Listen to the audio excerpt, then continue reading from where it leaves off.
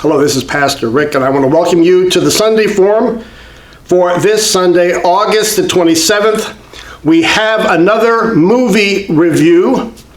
As you know, we've already done two movies this summer, Barbie and Oppenheimer, and this third movie is an important one. It's not as popular as these other two. This is not a blockbuster, but it's honing in on a very dark side of our country and our world, but one, as Christians, we have to be aware of.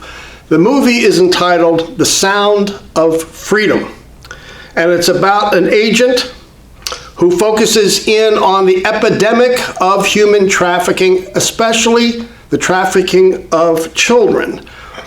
And this agent goes and saves many, many children in Latin America. He comes back, actually gives testimony before Congress, and changes many of the laws to protect children and all human beings who are being trafficked in this growing industry all over the world. But before we get into the movie itself and the plot line, the movie ends with statistics.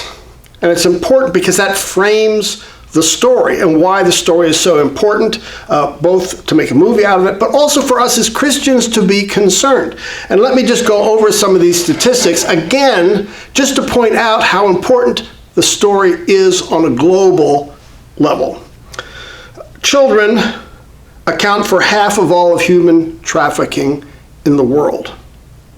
And this trafficking, especially among children, is the fastest growing global industry in the world. Now just hold on to that, the fastest growing global industry. The movie said this industry is worth about 150 billion yearly revenue. Other sources say it might be in the 100 billion, but you're just talking about a massive industry here going on sort of on the dark side of our culture. And the average age of a young person who becomes involved in human trafficking, a child being trafficked, especially for sex, is 12 years old. Think about that. 12 years old, often where the kids are snatched against their will, or they're lured into a life that they think is going to solve their problems, and it just creates others. What happens is traffickers target vulnerable children. They secure their trust, they fulfill some of their needs, they isolate them from others in their lives, like their family, who could give them support, and eventually, of course, they exert control over them in their lives while working to normalize the abuse in their lives. And the movie goes on and tells the story of one family in particular who experiences this. Human trafficking is lucrative, and one of the reasons it can thrive is because it's often done across borders. And so often, let's say our FBI can't engage fully because once you cross the border, of course, that's not their jurisdiction, but that's true throughout the world.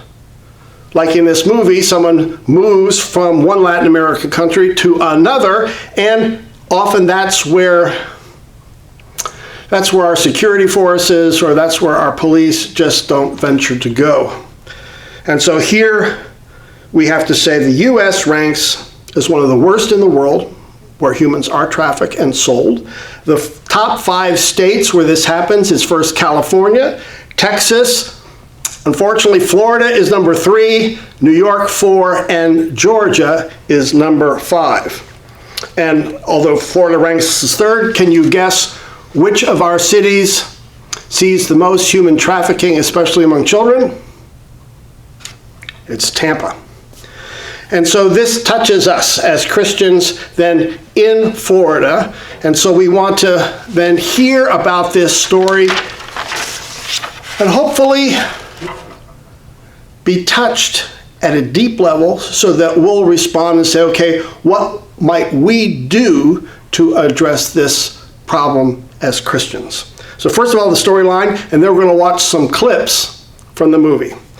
So after rescuing a boy from ruthless child traffickers, this federal agent learns about the boy's sister, who's still in captivity. And so he decides to embark on a dangerous mission to rescue her. But unfortunately, with time running out, he actually has to quit his federal job because they don't want him to stay in Colombia where this is all taking place. And so he embarks by himself on this dangerous mission, going deep in the jungles of Colombia to rescue the little girl, which actually happens, which is part of this true story. And he rescues not only her, but many other children as well. Comes back to the States and gives testimony before Congress and makes a real difference. But the mantra the whole time is, and the line that just really pierced my heart, was that no child of God is up for sale. Because God's children are not for sale. So let's watch a couple of clips from the movie so you can get a taste for why you should go to see then Sounds of Freedom. Let's watch right now.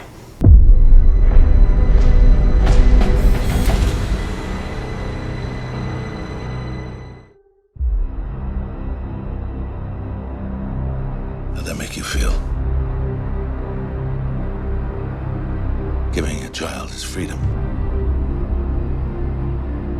Felt good. You have been at this for 12 years.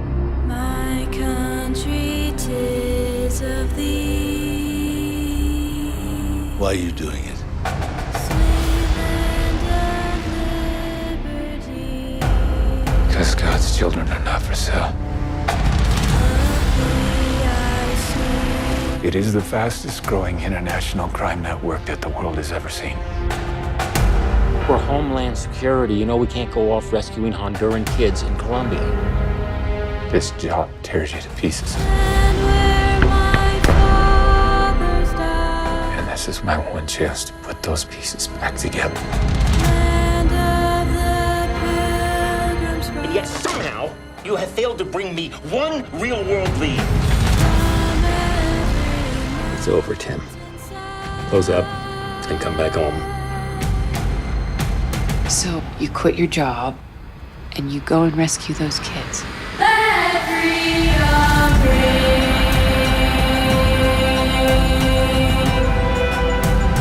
Let freedom ring. South of that river is all rebel territory.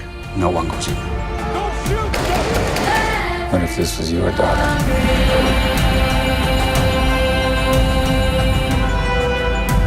So, she's gone.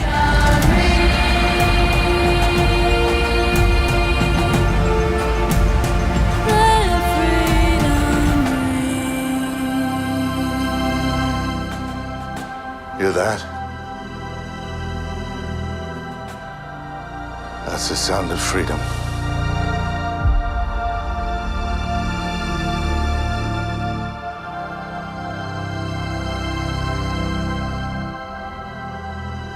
Sound of Freedom is one of those films that can legitimately change this world. So we want to ignite a fire in audiences and open their eyes to the dark reality of millions of children that need our help. Let's make this film a historic event and the start, the end of child trafficking. Theaters across this country are already selling out. Pre-order your tickets today and you can send the message that God's children are no longer for sale.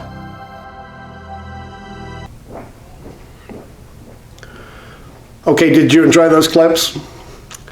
Now, let's admit, this isn't a happy story on one level. It's a very sad story, it's a violent story, but it's going on. We can't hide our eyes from the truth of what's happening all around us, and as we heard in Florida as well.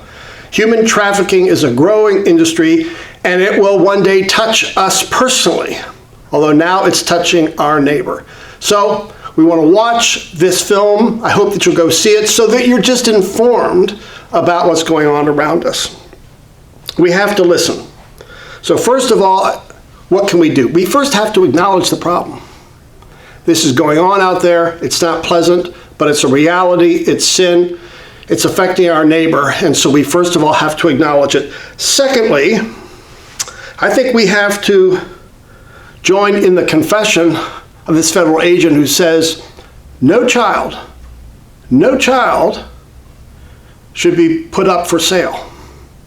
There's just something deep of saying, as a culture, as a church, we protect all people, but especially children. There has to be part of our heart that goes out for all children, especially those in vulnerable situations, immigrants in particular, who face these vulnerabilities. Third, let's include these children in our prayers. That's a big step, because if we remember our prayers, then we're keeping our focus and putting them before the throne of grace.